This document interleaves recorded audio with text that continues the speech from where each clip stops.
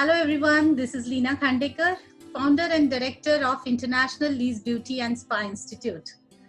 I'm coming up with a series of interviews with beauty industry experts. The reason behind this is to understand the latest trends, career opportunities in beauty, hair, nail, makeup, aroma treatments, and spa field, of course. I would like to begin today's interview with a very dynamic personality from beauty industry whom I love a lot, Dr. Blossom Kochhar. Thank you so much, ma'am, for this lovely interview today and giving me this time. I have always inspired by you and your work, and it's an honor to get to learn so much from you. I couldn't ask for a better guide, and thank you for all your support, and it really means a lot to me, ma'am. We are really glad to have you with us. So, thank you. Thank you, ma'am. Thank you so much. I would like to introduce Dr. Blossom Kochhar to you all. Dr. Blossom Kochhar, she is an industry veteran with over 35 years of experience. Of course, Dr. Blossom Kochhar is a respected name in the field of holistic beauty, a pioneer in field of aromatherapy, a clear visionary who has been way ahead of her time. Dr. Blossom Kochhar is a founder and chairperson of Blossom Kochhar's group of companies, institutionalized in 1987. Oh my God, that's so lovely. Her name is synonymous with successful brands Blossom Kochhar Aroma Magic and Blossom Kochhar College of Creative Arts and Design, that is BKCCAD. She has also been associated with multinational beauty brands, reputed spas and numerous beauty pageants as an advisory. Dr. Kochhar has authored several books on hair, beauty, health and aromatherapy, and I have read few of them.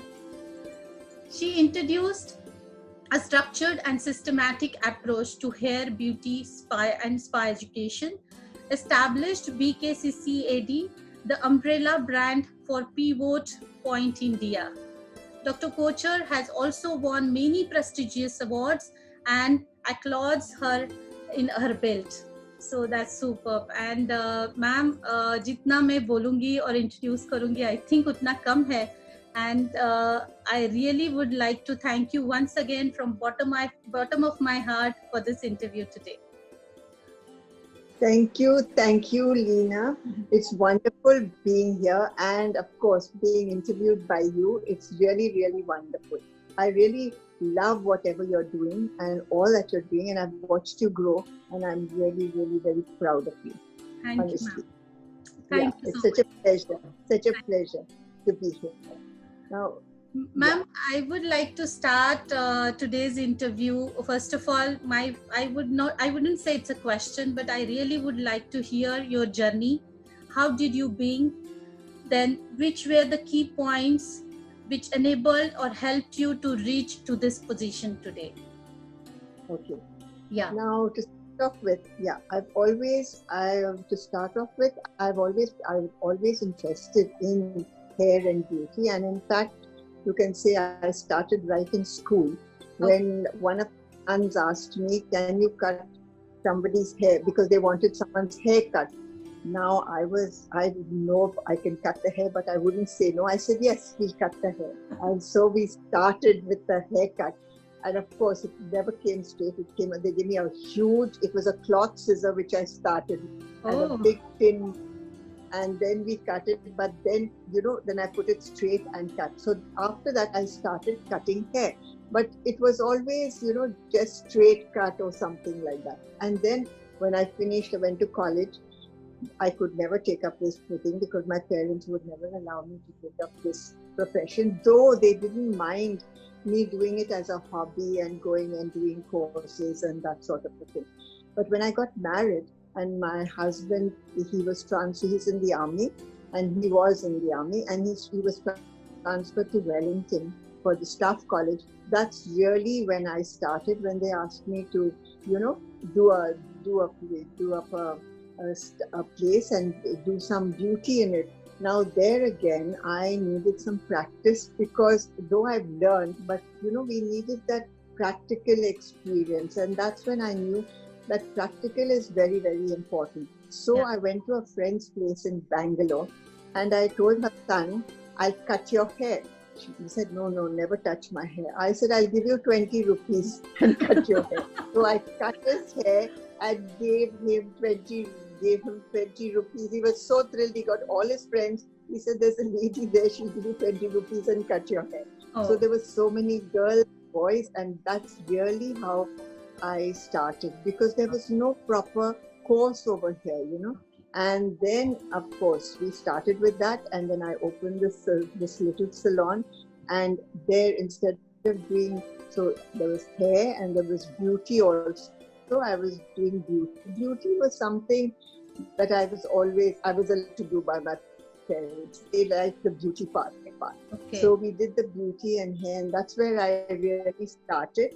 And also that is where I started with aromatherapy, because at that time when I did start, there was no hair beauty. The cosmetic was only Charmis cream and Pond's. I mean, so you can imagine how long ago that was. So when I started that, and I used to, make the cream, the Nilgiri is full of essential oils. I used to use the essential oils as a perfume and that was how I started. And then, of course, because of Ayurvedic, I was learning Ayurveda. So there you will find in the Rasayana Tantra, that's the Tantra of rejuvenation, you would find all these oils and how they rejuvenate the skin and help the skin. So that is really how I started. Then, of course, aromatherapy started quite a lot, though I didn't make any cosmetics, but I did. Then I went to Paris. There I went in, they said there is an aromatherapy course. I said, what is an aromatherapy course? So I went in and I did this course. It was just what I was doing, but I did the course in aromatherapy. Then went to Chicago, did more of it. And of course, how I started after that was, then I started learning, and through this whole thing, and there are 3 systems in aromatherapy. One is the West, the Chinese, and I was so lucky to go to Chengdu, where I went in China, where we went in with the Chinese aromatherapy, the Western, and then we had Ayurvedic aromatherapy. So 3 PhDs, and that's how I got 2 PhDs in aromatherapy. And of course, by that time, my husband had left the army, and so we started our factory on aromatherapy. And before that, we had also started the Pivot Point College from America, because their system of hair was really very, very fantastic, and they would tell you exactly how to go about getting a cut. Very systematic and scientific method of hair cutting. So that's how I had started, and then went into the whole thing. And of course, when I went in, they all thought it was a hobby, but it just became a business, that happens. That's so awesome. That's so inspiring. And I'm sure every person watching this video must now have got strong guidelines on how one can achieve success in life. And one more thing, ma'am, you started your haircut saying, I will give you 20 rupees. That was amazing. And it is really No, but other than that, it's fantastic. Means definitely everyone, as I have said, everyone watching this video will surely get some inspiration out of it. Ma'am, my next question to you is that aromatherapy, what all are the possible career opportunities one can acquire or aim to get after taking aroma courses or diploma? Yeah, now in aromatherapy, you can do a lot of things. You can use it for beauty, because aromatherapy is used for beauty.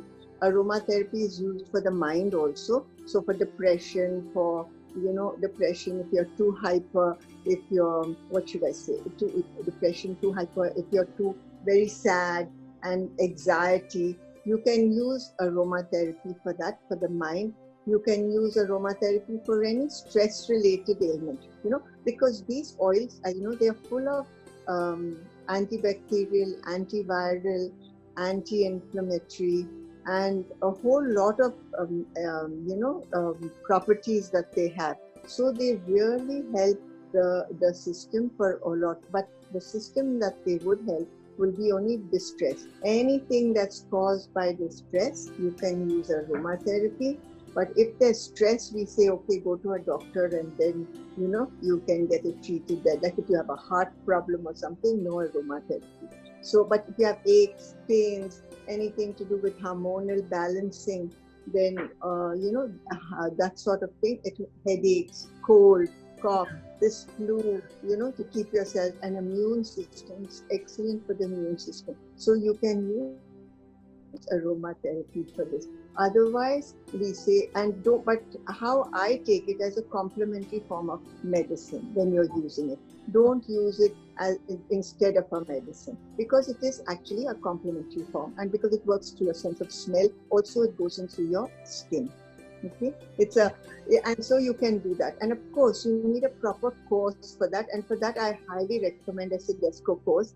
Like I've also done a Sedesco course, and it really is very nice and systematically done. It's a wonderful course to take. And of course, we also run a course, but in a Sedesco course, and a Sedesco course is wonderful. Yeah. Ma'am, there is one more question. Many of the students, and even I read one article in between, which came in Pune newspaper, that the difference between Ayurvedic treatments and aroma-based treatments. So, would you like to give some guidelines on this? Yeah. Now there are differences between Ayurvedic. Now, when you use an Ayurvedic treatment, you are taking the quartz, that's the quartz of the plant, and you're making the cream with that. Now, when you're using an aromatherapy, you don't just take the quartz, you take the pure essential oil and use that along with your either making a product or using it with another oil or whatever it is. That's one of it. Because now it's very, very potent. The other thing is, the Ayurvedic, you take that and you will use the water. Here, we are using the pure essential oil, which is very, very potent, which means that if you take 1 ton of rose petals, you will only get 1 kilo of rose oil. Oh. Okay? So, and 1 drop of rose oil is equivalent to 25 grams of material or a 25 gram jar of cream. So that is how potent it is. So it's a very, very potent, this thing. So that is one. This is the other. This works holistically. Now, the Ayurveda does not just have the smell or anything. It is in a cream and it is in you, and you have to massage. And the aroma is not so great. Here, you have this that works on your mind, okay, and it will work on the body. And it also, since the oil is so fine, it goes into the body and works. So that is it. It works holistically, aromatherapy instead of this, and it is very potent. These are the two main things. Wow, that's really nice. And I know that many of the viewers are going to get this guideline. I think they will work it accordingly. But I really love this aroma courses. I first of all, when I meet you and when I got to know that you are a key person of Aroma Magic, I am fall in love with you, and I started falling in love with Aroma Magic products as well. So we are using those products a lot at our salons, and we are also recommending those to our students to use it. And aromatherapy can be used as a way of life. You can use it with babies, you can use it with old people, you can use it on the mind, you can use it spiritually, you can use it, for any illness. It is really a way of life, and it's a wonderful way of life. Yeah, super. Ma'am, my another question to you is, this lockdown situation is there everywhere in the world. Everyone is really very panic. So many articles are coming in newspaper and the TV channels. People are panicking more, becoming like, what will happen post lockdown?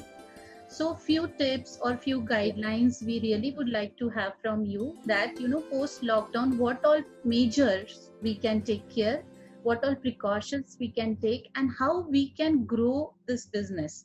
Few of them are saying, can we start giving good discounts like 30%, 40, 50%? Is this a solution, or there are any other ways which you would like to suggest us? Yeah. Now, first thing is, I think you all will have to get your salons organized for all this thing, that you will have to really, the social distancing has to be there. And in fact, even if you can get in one or two people at a time, you'll have to really only treat one or two people at a time. That is one. The next is just see that you sanitize them before they come in. And before that, of course, you'll have to give the sanitizing rules to your people who are working for you. And one thing, this is what I say, now the client is not going to like to come to one person for a facial and one person for a hair and one person for eyebrows and one for a manicure, one for a pedicure. They will need one person practically to do everything. Now it had changed. In fact, this was how it started. Then it changed. It became a thing that, each one was doing a certain thing, I suppose. But now it has to be that because people are not going, for some time, they're not going to want to have so many people, dealing with them. Then, of course, hygiene is number one. And I say, though they say after every hour, I say after every client, it is like a Sodexo, really. Every client, and then everything has to be hygiene. All your gadgets, hygiene gadgets will have to, from a hydrocollator to everything, you have to have that in your case. That is there. Yes. And we of course tie up our hair, but you will have to really tie it and put a cap for your girls. That is there. Mask is something that's going to be, and it's going to become very fashionable also. The mask is going to be there. And gloves for every treatment. And now like before also, we used to use gloves for our treatments, and now it's going to be all the more. Yes. So that is for beauty. Of course, you're wearing your mask, and try to, see that the client feels comfortable. Because your client could also bring in the problem with them, Yes. So they have to do hygiene. I really believe right as they come in reception, change their gown, put them into a gown, one of your gowns straight away with your slippers, so they leave everything out. They've had their self-sanitized, and then they walk in to your place. That is one. The other thing is threading. You'll have to see that plucking is done, or threading, hands, mouth threading. You'll have to do it with just hands, Yes. or just so that you have to keep that kind of social distancing. The other thing is posture of the girls. So if they have a good posture, if the client is there, it has to be at that thing. Correct. You can't go lifting on. And the best thing is try now to have hands-free facials, because that can be done with the machines that we have. We have so many good machines. Everything could be hands-free, disposable. You would have to do for your salon, for beauty, and of course for hair, the same thing. There has to be that distance for the hair, so that they are not too close. It will take time to come back again, but it will come back. And you'll have to really, it is going to go. You can't take so many clients at one time, so you will have to, or make more rooms and put them into, different rooms, because the social distancing is important. It is quite a difficult, dready disease, I say. So really, you'll have to be careful and look into it. Very, very important. A lot of essential oils should be used, okay? And the oils for this we recommend is eucalyptus. Okay. It is absolutely antiseptic, excellent oil. Thyme, another fantastic oil, and we've seen that it has helped everyone. Eucalyptus, thyme, rosemary, basil, okay?